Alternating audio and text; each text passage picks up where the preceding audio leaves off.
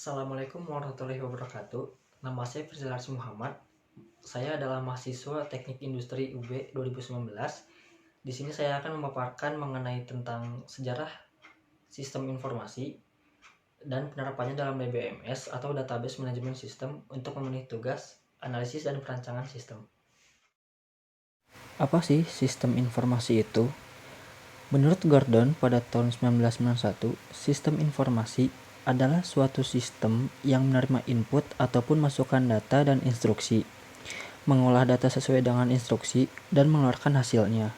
Menurut Tafri pada tahun 2001, sistem informasi adalah data yang dikumpulkan, dikelompokkan, dan diolah sedemikian rupa sehingga menjadi suatu informasi yang berharga bagi yang menerimanya.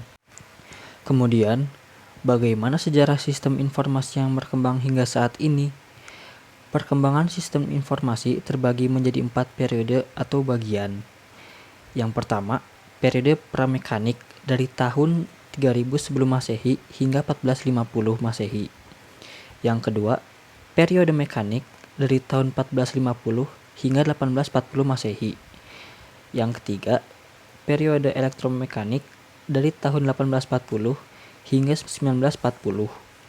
Dan terakhir yaitu periode keempat adalah periode elektronik dari 1940 hingga saat ini.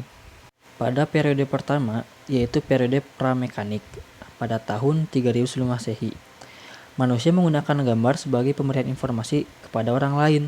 Bangsa Sumeria menulis tulisan pertama berupa gambar sederhana yang dituliskan di tanah liat. Selanjutnya, bangsa Mesir kuno menulis di daun papirus pada tahun 2600 sebelum Masehi. Dan sistem angka ditemukan oleh Mesir kuno. Di tahun 2000 sebelum Masehi, bangsa Fenisia menulis simbol-simbol di sekitar Laut Mediterania. Dari tulisan itu, dikembangkan alfabet Fenisia pada tahun 1200 sebelum Masehi yang merupakan awal mula dari alfabet Yunani. Sistem angka 1-9 ditemukan pada tahun 100 sebelum Masehi, diikuti dengan angka 0 yang ditemukan sekitar lebih dari 7 abad kemudian. Manusia kemudian mencoba membuat alat yang dapat melakukan sesuatu terhadap sistem angka. Ditemukanlah prosesor informasi berupa kalkulator yang diberi nama abacus. Periode kedua yaitu periode mekanik. Pada periode mekanik ini, manusia sudah dapat menciptakan alat untuk menyimpan, mengolah, dan merekam informasi, seperti mesin cetak Gutenberg, Pascaline, mesin Leibniz, dan mesin Babbage. Periode ketiga yaitu periode elektromekanik. Pada periode elektromekanik, mesin sudah menggunakan listrik sebagai energi. Beberapa penemuan teknologi pada periode elektromekanik yaitu baterai volta, telegraf, kode Morse, dan telepon. Di awal tahun 1948, diperkenalkan komputer pertama yang berfungsi untuk menyimpan program dan data. Komputer itu diberi nama Dubbed Mark I. Komputer Mark I ini diciptakan oleh Universitas Harvard dengan lebar 2 kaki, panjang 50 kaki, tinggi 8 kaki, dan berat 5 ton. Periode terakhir yaitu periode elektronik. Pada periode ini, komputer berkembang dan terbagi menjadi 5 generasi. Generasi pertama adalah ENIAC atau Electronic Numerical Integrator Computer, yaitu komputer yang memiliki kecepatan tinggi pertama dirancang untuk digunakan oleh militer Amerika Serikat. Komputer ini memiliki ukuran mesin lebih besar daripada Mark I. ENIAC menggunakan tabung hampa udara yang terbuat dari kaca untuk penguat sinyal. Adapun komputer UNIVAC atau Universal Automatic Computer digunakan untuk kepentingan komersial. Generasi kedua pada tahun 1960-an sudah mulai menggunakan transistor yang menggantikan tabung hampa udara, pita magnetik, dan inti magnetik sebagai penyimpanan internal. Ukuran dari komputer generasi kedua mulai menyusut dan lebih kecil daripada generasi pertama.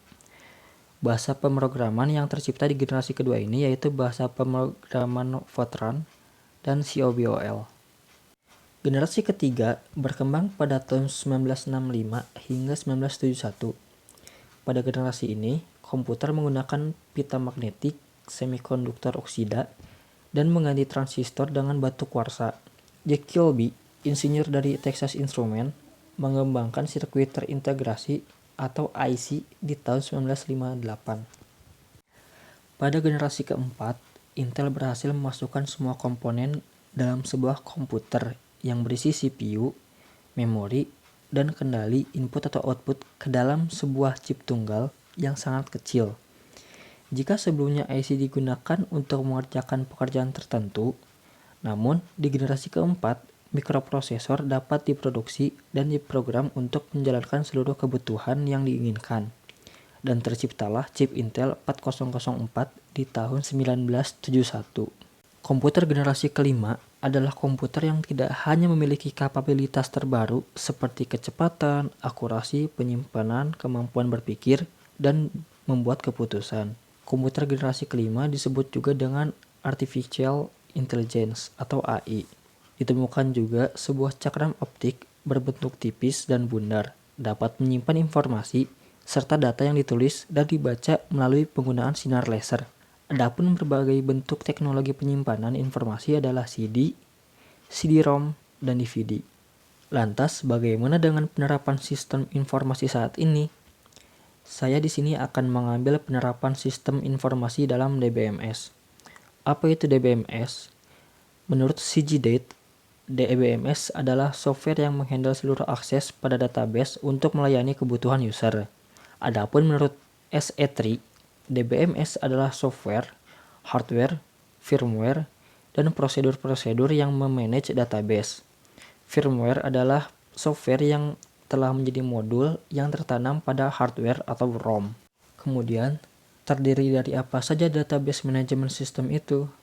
Komponen yang menyusun DBMS yaitu hardware, software, dan utility, prosedur, data, user, query processor, database manager, file manager, DML processor, DDL compiler, dan dictionary manager. Database management system juga memiliki bahasa, yaitu DDL, Data Definition Language, dan DML, atau Data Manipulation Language. Agar lebih mudah, saya akan memberikan contoh yang sederhana, yaitu Facebook. Dalam Facebook ini, Anda dapat merekam jejak aktivitas, melihat daftar teman, atau mengirim pesan kepada teman, melihat daftar iklan, secara berulang-ulang. Itu karena semua itu disimpan dalam database yang diolah oleh database management system. Nah, kemudian, jika ada buku telepon, semua daftar nama, alamat, dan nomor telepon pemilik user itu dapat diakses oleh user yang lain. Itulah seperti contoh yang sederhana daripada DBMS. Penerapan lain dari DBMS yaitu pada MySQL.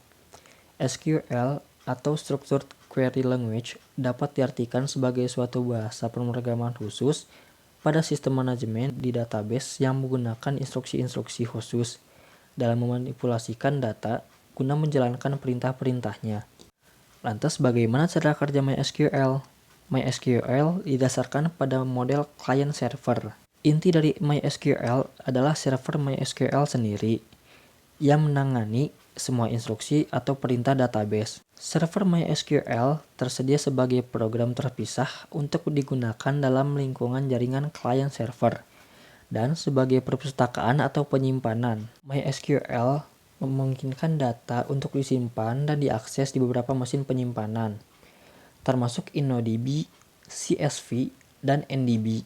Nah, apa sih kelebihan dari MySQL ini?